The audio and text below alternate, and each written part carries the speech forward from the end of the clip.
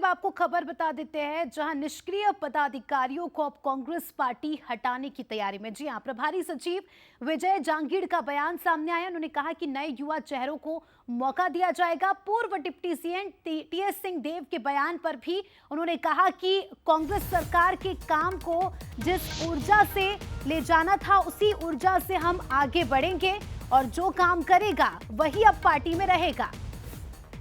तो प्रभारी सचिव का बयान जो काफी सुर्खियों में है और खासकर कांग्रेसियों के लिए, कांग्रेस कार्यकर्ताओं के लिए ये बड़ी खबर है, क्योंकि साफ तौर पर ये कह दिया गया है कि जो भी पार्टी में काम करेगा, जो भी पार्टी के लिए हमेशा एक्टिव है, पार्टी के कामों के लिए, सिर्फ उन्हें ही अब पार्टी में जगह मिलेगी।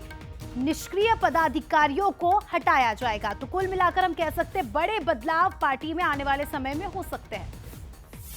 ये प्रक्रिया है, नए पुराने कुछ साथी जो पुराने नया अनुभव और युवा का समायोजन करके हम संगठन और जो चुनावी प्रक्रिया है नगर निकाय और पंचायत राज, ये देखने को मिलेगा कि सरकार ने जो जनहित में अनेकों फैसले हमने किए, उनको कहीं न कहीं जनता के बीच में ले जाने में उस ताकत और ऊर्जा के साथ हम नहीं ले जा पाए जो ले जाना चाहिए था।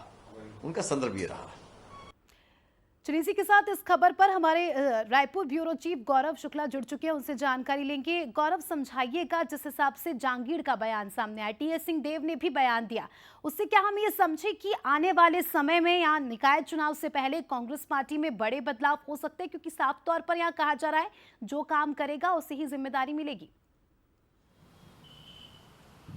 जी बिल्कुल, देखिए जिस तरीके से पूर्व डिप्टी सीएम टीएस सिंहदेव का बयान आया था और उन्होंने कहा था कि पार्टी में एक्सरसाइज की ज़रूरत है, और जिस तरीके से चुनाव हारे थे, 3 बड़े चुनाव हारे हैं, उसमें कहीं ना कहीं पार्टी के छवि पर भी कई बड़े सवाल खड़े हुए थे, और जो एक होकर काम करने की बात कांग्रेस कह रही थी उस पर सवाल खड़े हुए थे। और आज जिस तरीके से आज और कल कांग्रेस की 2 बैठक, अहम बैठक है निकाय चुनाव को लेकर, और उस बैठक में जो प्रदेश प्रभारी हैं उनका जो विजय जांगीड़ का जो बयान आया है वो भी काफ़ी चौंकाने वाला है, क्योंकि प्रदेश में अभी कांग्रेस में जो संगठन चुनाव है वो भी होना है, उसे लेकर भी एक्सरसाइज चल रही है, लगातार उसे लेकर बैठकों का दौर भी जारी है। और जिस तरीके से विजय जांगीड़ ने कहा है कि जो एक्टिव सदस्य नहीं है उनको हटाया जाएगा और युवाओं को मौका दिया जाएगा। जिस तरीके से उपचुनाव में एक नए फेस को, मतलब युवा चेहरे को मैदान पर उतारा था बृजमोहन अग्रवाल के, जब वो सांसद बने उसके बाद वो उपचुनाव हुआ और उसमें आकाश शर्मा को मौका दिया गया था। उसी से ये अंदाजा लगाया जा रहा था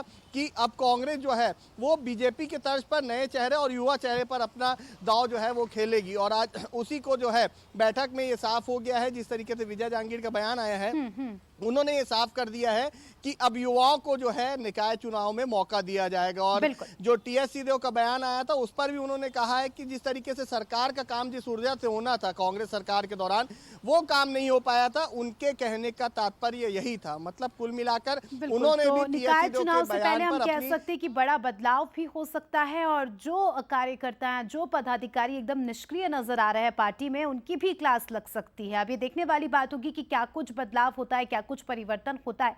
शुक्रिया आपका जुड़ने के लिए और जानकारी के लिए।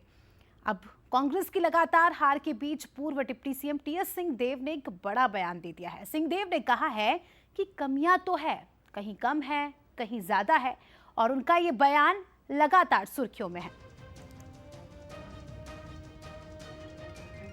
तो टीएस सिंहदेव का बयान, जिसमें वो कहते नजर आए कि देखिए पार्टी में कमियां तो है, उन्होंने मुखर होकर ये बात कही है। हाँ, कहीं कम है कमियां तो कहीं ज्यादा है कमियां। अपनी भी कमी हमको आकलन करना पड़ेगा कि क्या कारण है कि हम जीत नहीं पा रहे, क्या कारण है कि हम पीछे रह पा रहे हैं। विधानसभा में अगर छत्तीसगढ़ के परिप्रेक्ष्य में चर्चा हो रही है तो हम क्यों पीछे रह गए? 71 सीट से हम 35 में क्यों आ गए? लोकसभा में 2 सीटें थी हमारे पास, 1 क्यों रह गई?